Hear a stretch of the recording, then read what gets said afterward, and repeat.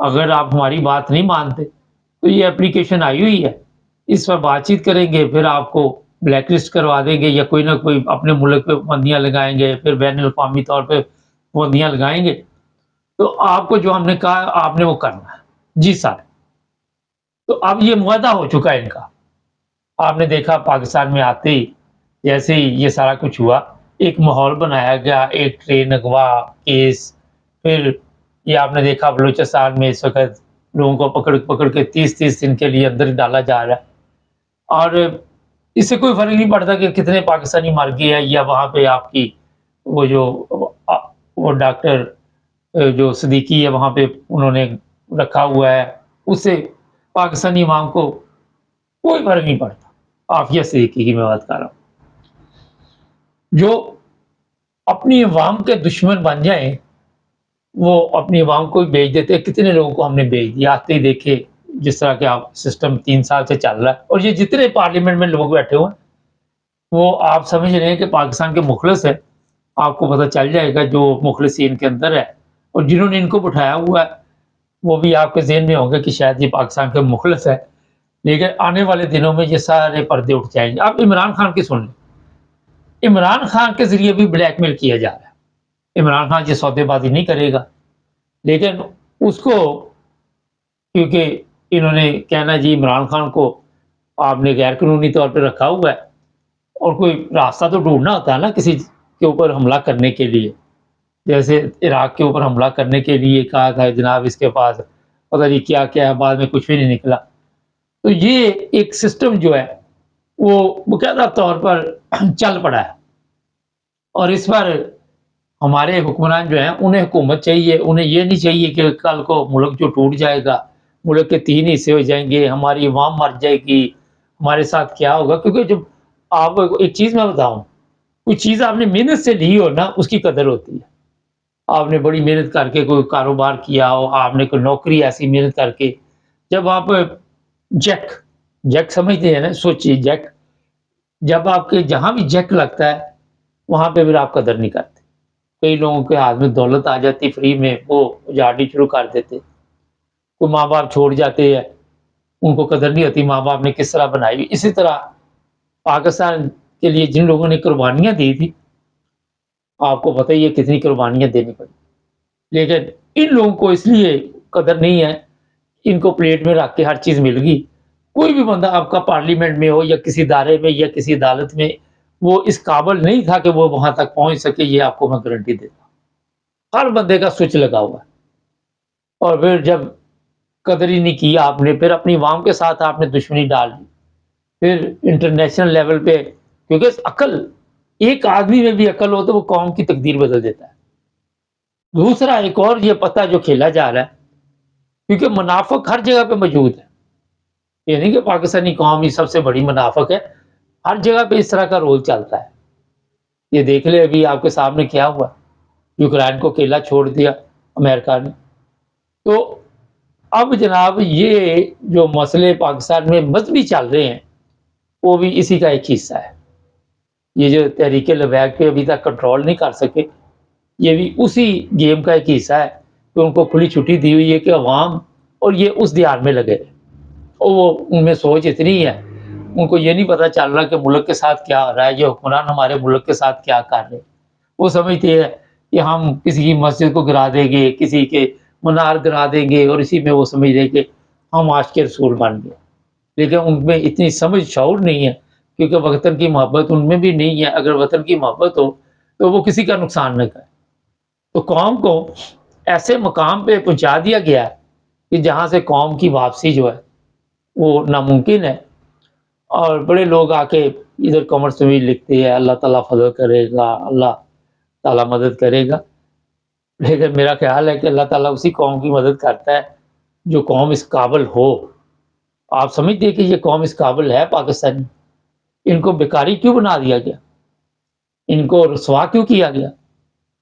ہمارے طاقتور لوگوں نے بھی رسوا کیا، ہمارے جو جج ہیں، عدالتیں ہیں، ادارے ہیں، انہوں نے بھی رسوا کیا۔ اس قوم کو ایک ذہنی طور پہ ایسی گیم میں ڈال دیا گیا، اور آئی ایم ایف نے بھی اب وہ پیسے بھی دے دیے،